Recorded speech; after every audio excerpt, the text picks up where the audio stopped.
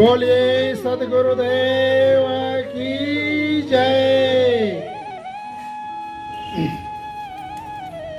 अभी हम लोग कार्यक्रम के प्रारंभ में सुंदर भजन और यतीन्द्र जी के क्रांतिकारी प्रवचन सुन रहे थे। वे क्रांतिकारी प्रवक्ता हैं तो प्रवचन तो क्रांतिकारी रहेगा ही उनका।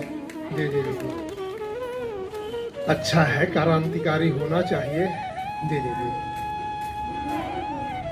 परम पूज्य श्री साहेब जी, पूजनीय संत समाज, सत्संग प्रेमी सज्जनों, श्रद्धा मूर्ति देवियों, सदगुरु कबीर ने एक साखी में कहा है, सदगुरु वचन सुनो हो संतो, मत लीजय सिर भार, हो हुजूर ठाड़ कहत हो अब तय समर समार।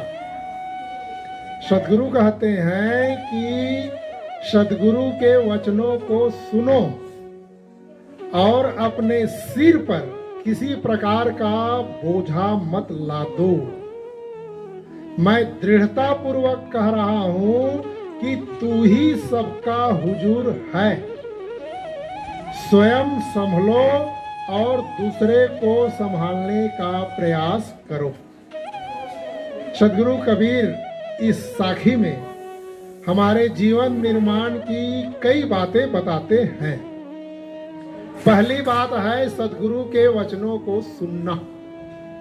आप हम कह सकते हैं, सत्संग में तो हम आते हैं, यहाँ वहाँ आसपास में सत्संग होता है, वहाँ भी जाते हैं, सदग्रंथों का अध्ययन भी करते हैं, ध्यान करते हैं, नियमित या उजनित भी हो जाता है।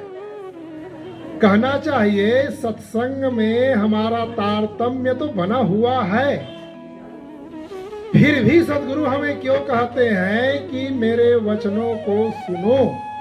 एक प्रश्न होता है, तो प्रश्न भी सही है किंतु पूर्णतः सही नहीं है।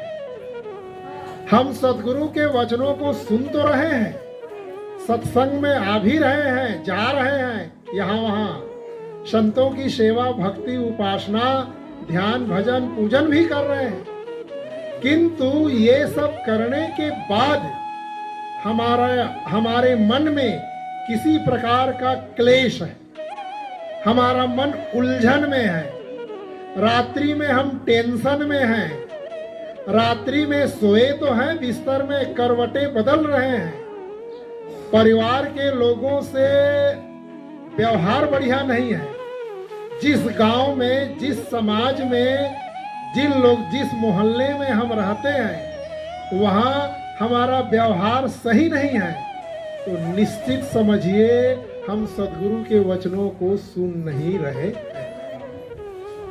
सुन भी रहे हैं तो एक कान से सुन रहे हैं और दूसरे कान से बहाते चले जा रहे हैं, इसीलिए सब हो रहा है। तो सदगुरु इसीलिए हमें रिपीट करते हैं, दोहरा रहे हैं, निर्देश दे रहे हैं कि मेरे वचनों को ध्यान पूर्वक सुनो और सुन करके उससे उसके अनुसार चलना सीखो।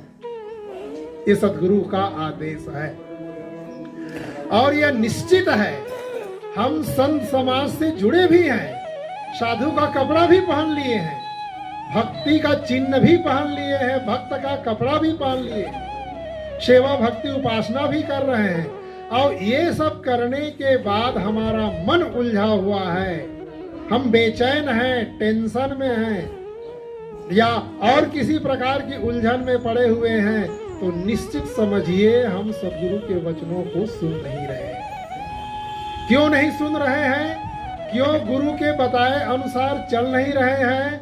सदगुरु और अगली साखी में कहते हैं, गुरु की भेली जीव डरे, काया सींचन हार, और कुमति कमाई मन बसे, लाग जुआ की लार। कारण भी सदगुरु बताते हैं। सदगुरु कहते हैं कि यह जो जीव है, ये जो मनुष्य है, गुरु के कल्याणकारी उपदेशों से डरता है। भेली मतलब गुरु शरण जाने से, गुरु के मीठे उपदेशों से ये जीव डर। भेली, भेली आप लोग यहाँ के लोग तो नहीं जान पाएंगे।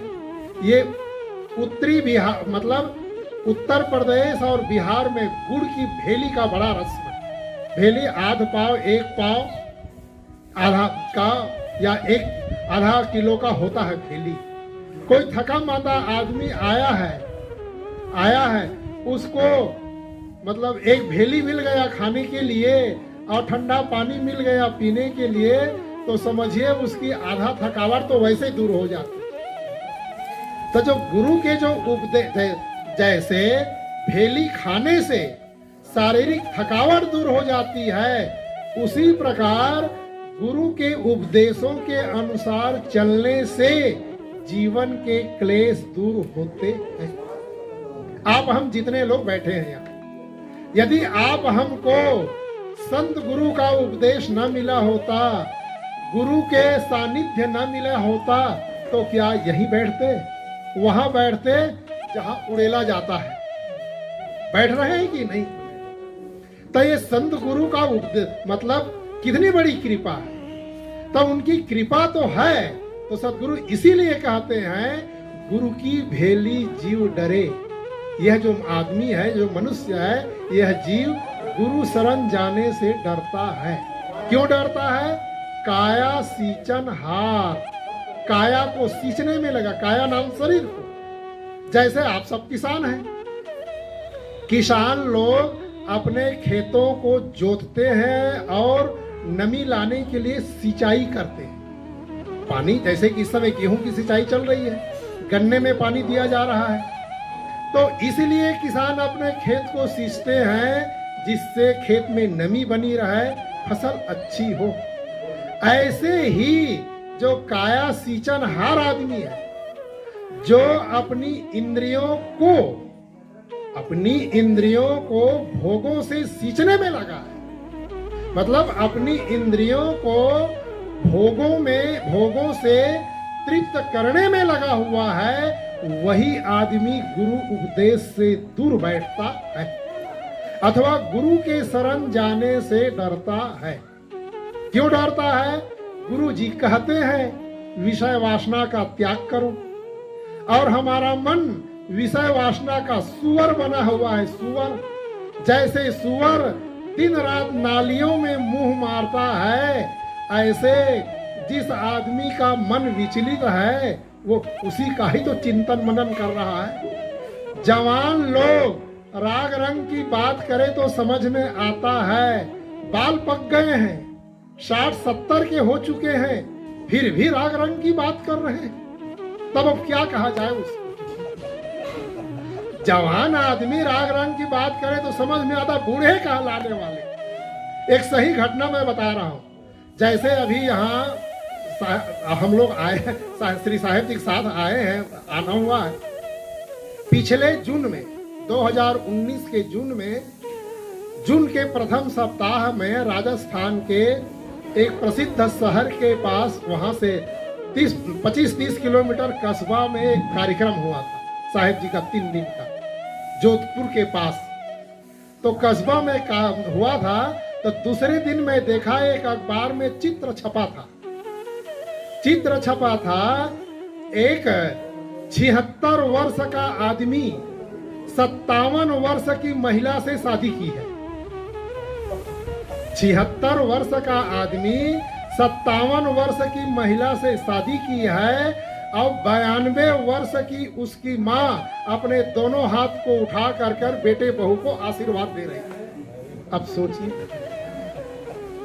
तो ऐसा आदमी क्या गुरु उपदेश से डरेगा कि नहीं? जिस आदमी का मन 75-76 वर्ष में तृप्त नहीं हुआ, तो क्या वो अपने मन को तृप्त कर लेगा? नहीं, होने वाला नहीं। तो गुरु जी कहते हैं कि दुर्व्यसनों का त्याग करो, और हमारा मन दुर्व्यसन छोड़ना नहीं चाहता। कहाँ छूटता? देखिए, सुपारी खाने वाले होते, सुपारी खाने वाले जब तक दांत मजबूत हैं तो चबा करके खाते हैं, और जब दांत कमजोर हो गया, झड़ने लग गया, तो सरौता रखे रहते। और सरौता में काट काट करके खाते हैं। सुपारी खाना नहीं छोड़ेंगे, काट करके खाएंगे। और यदि दांत भी नहीं है तो मसूड़े में ही उसको चबलाते रहते हैं।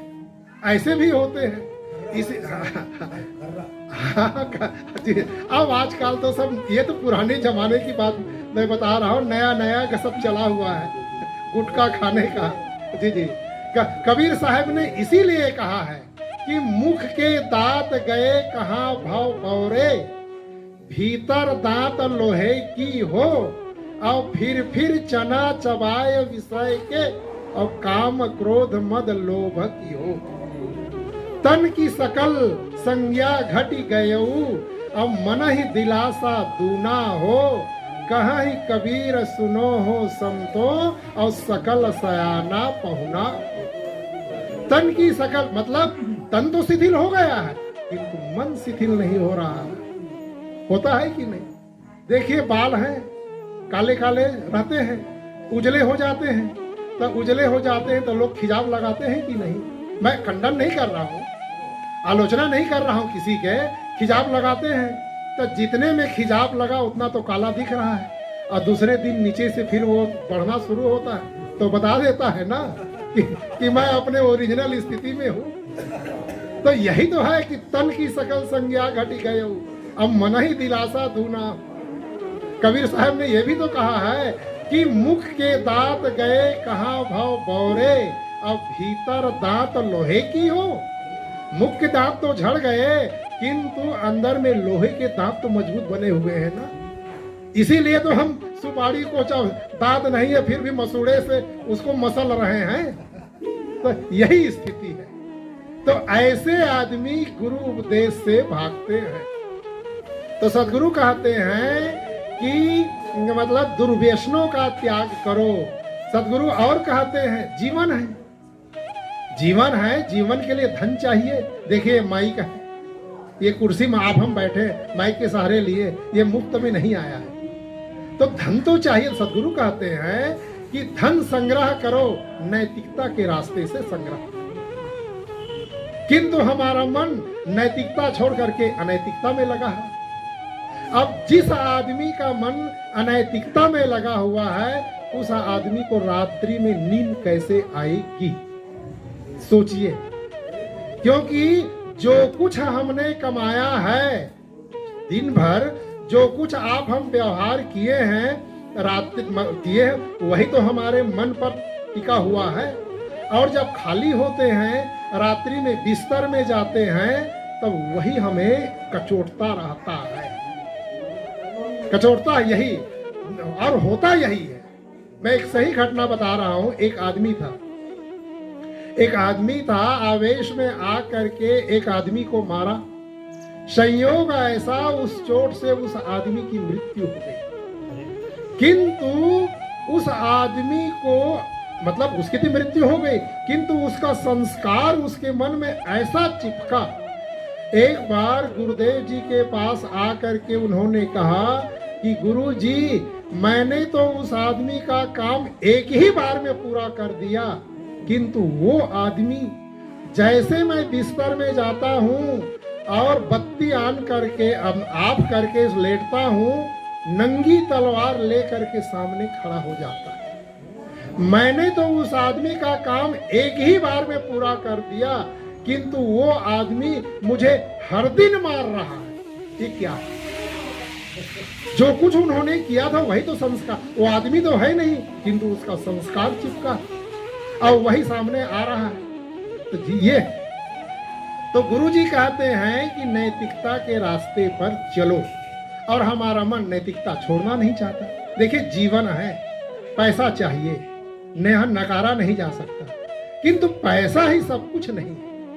कुछ लोग तो है नैतिकता पूर्वक जीवन यापन कर रहे हैं, संग्रह कर रहे हैं। कुछ लोग ऐसे भी हैं जिनका लक्ष्य है पैसे पैसे पैसे, अब मिले चाहे जैसे जैसे मिले। आज लोगों की दृष्टि यही है। तो ऐसे आदमी ही गुरु उपदेश से, सत्संग से दूर भागता है। सदगुरु कहते हैं सदगुरु वचन सुनो हो संतो, मेरे वचनों को सुनो और अपने सिर पर किसी प्रकार का बोझा मत लादो। हम लोग करते क्या है, अपने सिर पर बोझा भी तो लादे हुए हैं। किसी नदी नाले को पार करना है और सिर पर गठरी हो तो चल पार करने में असुविधा होगी कि नहीं। मान लो यहाँ से आपको 5-10 किलोमीटर पैदल चलना हो तो आपके सर पर बोझा नहीं तो आप स्वाभाविक चल लेंगे, और बोझा हो तो चलने में कठिनता होगी ना। ये संसार सागर भी तो भव सागर है, और इसको पार करने और आप हम सब पार कर रहे हैं, यहाँ जितने लोग बैठे हुए। अब इस संसार सागर को पार करने के लिए सर पर आप हम बोझा लाद करके पार करना चाहते, कैसे पार होगा? सर पर बोझा वो क्या है? आत्मा से अलग पृथक परमात्मा की कल्पना करना कि मेरा प्राप्तव्य मुझसे अलग है, या मुझे सुख दुख का देने वाला मुझसे अलग है। यही बोझा है, और यही बोझा ही मनुष्य को संसार सागर से पार उतरने नहीं दे रहा है। जो आदमी अपने सिर पर, जिस आदमी का मन नाना कला कल्पनाओं में पड़ा हुआ है, उस आदमी को कभी आत्म संतुष्टि नहीं मिल सकती है। उसका मन कभी इधर कभी उधर, वही वो डगमगाता रहता है। तो इसलिए यदि जीवन में पूर्ण तृप्ति चाहते हैं, आत्म शांति चाहते हैं, तो अनेक प्रकार की जो भ्रांतियां हैं, कल्पना है, उससे अपने मन को हटा करके रखें। हो हजूर ठाड़ कहत हो, सदगुरु कहते हैं मैं दृढ़ता पूर्वक कह रहा हूं कि तू ही सबका हुजूर है, तुम्हारे ऊपर और तुम्हारा हुजूर कोई नहीं है। और अंतिम में कहते हैं अब तय संभल संभाल, स्वयं संभलो और दूसरों को संभालने का प्रयास करो। मतलब स्वयं सत्पथ में चलो, और आपके पास कोई जिज्ञासु आ रहा है तो उसको भी सही रास्ता बताओ। ये सदगुरु का आदेश है। तो कबीर साहब की एक साखी पर मैं साखी, सदगुरु वचन सुनो हो संतो, मत लीजय सिर भार, हो हजूर ठाड़ कहत हाँ, अब तय संभर संभार।